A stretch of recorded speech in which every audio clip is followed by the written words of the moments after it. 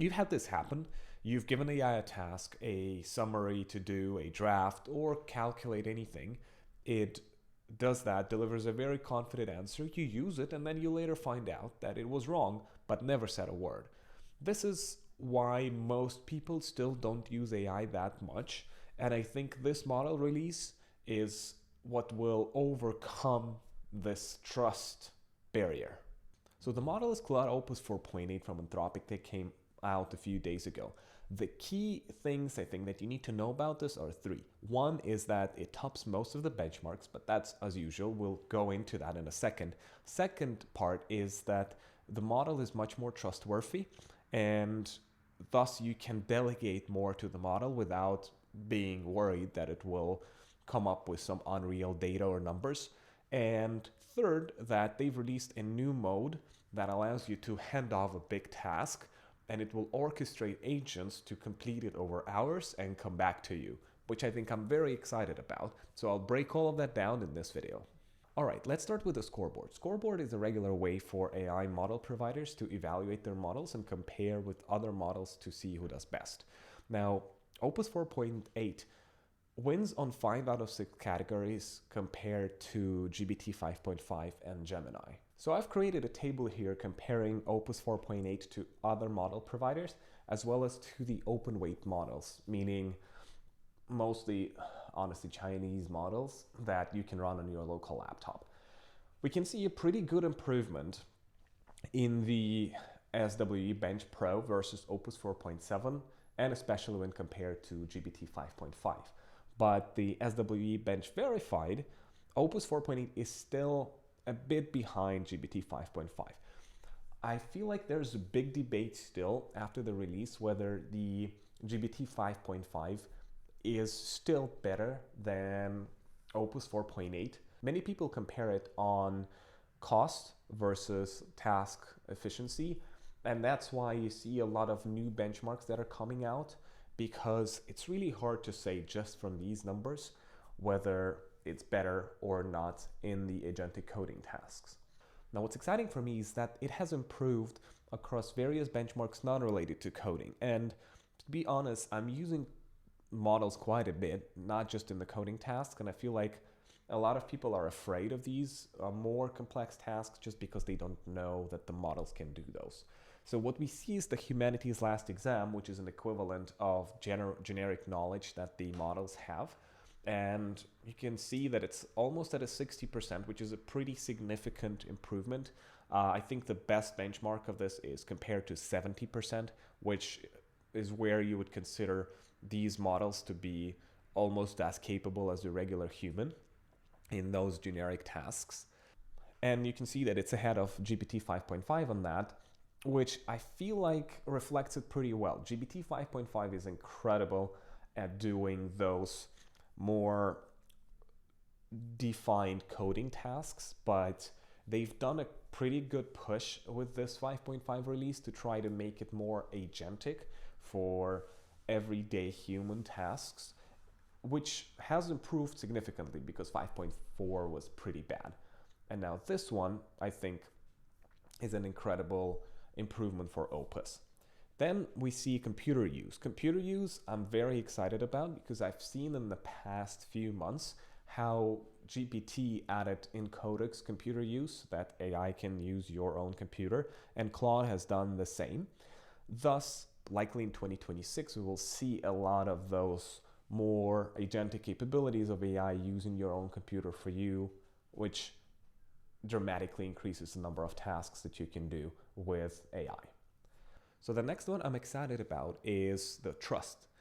Anthropic runs its models against a specific test where it tests if the models, when they make a mistake, do they stay quiet or do they tell you about this?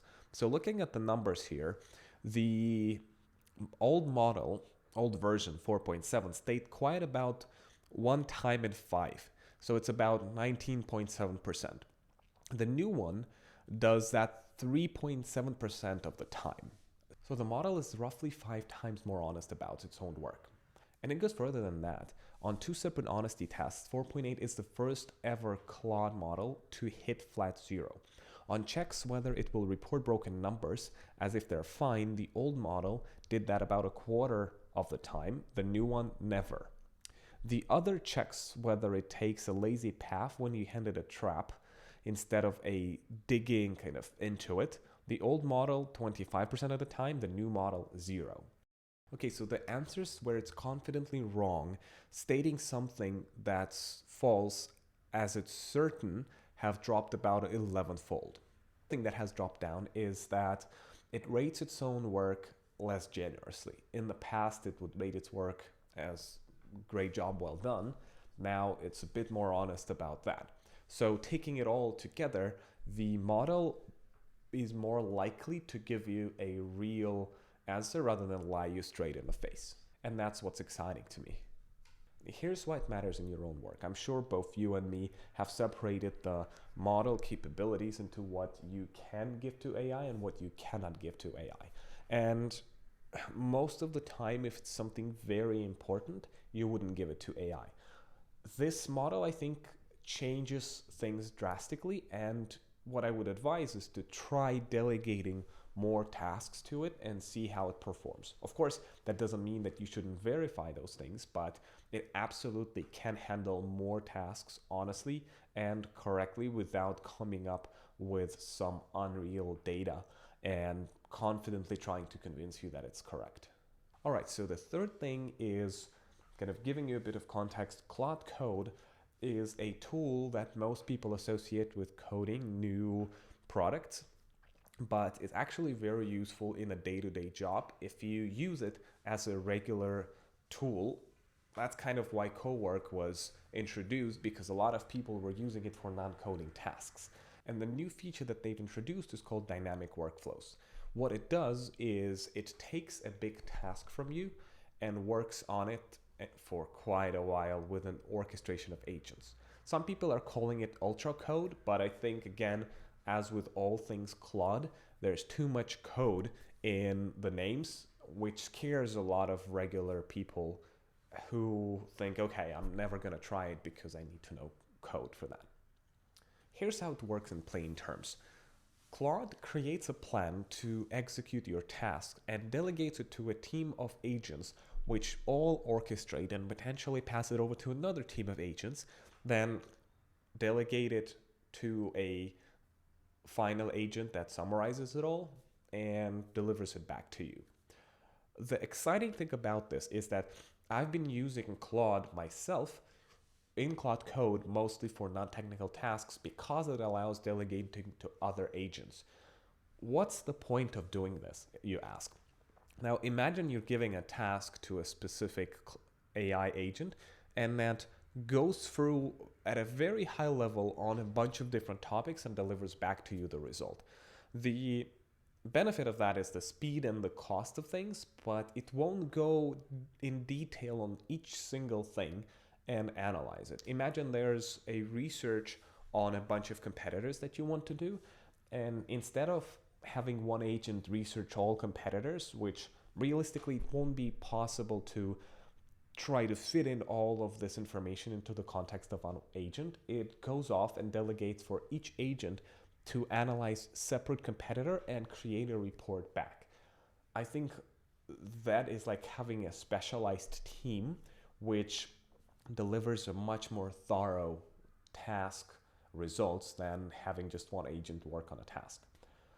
Of course, the hard thing is, what do you give to this agent? What should I try? And honestly, I would say the feeling that I have is when you have a task which you feel the agent doesn't have enough bandwidth or won't deliver as good of a result as you would like it to do in terms of its own abilities or depth, this is where you can try it. You can give it a task that is much more detailed. Now, maybe some of you haven't tried doing any non-technical work with Claude Code, but I highly advise it. If you want to try it out and learn how to use Claude Code as a non-technical person, there's a link in the description on my Build with AI guide, which already a couple of people in hedge funds, banks, and others have passed and are already using and have learned how to automate their work better with AI. All right, so what do I leave you with now? I think I can leave you with an intent to try out this model for new things that you've never done before. And I think that's the skill that differentiates the AI native people and people who only use a very small amount of work with AI, is trying out those models, giving it more tasks whenever new capabilities arrive, and using them. So let me know what you think about this model in the comments. I'd be really excited to read what you guys think about it. I'm sure there's a lot of split information and opinions about GPT 5.5 versus Opus 4.8, but still, I think we're advancing. Not as fast as we used to. It feels like instead of having this grand new releases that Apple had in the past, having this kind of new Apple iPhone release where it's gradually better, but it's not this significant leap that we've seen in the past years. But let's see. Exciting times. Thank you for watching. And don't forget to subscribe.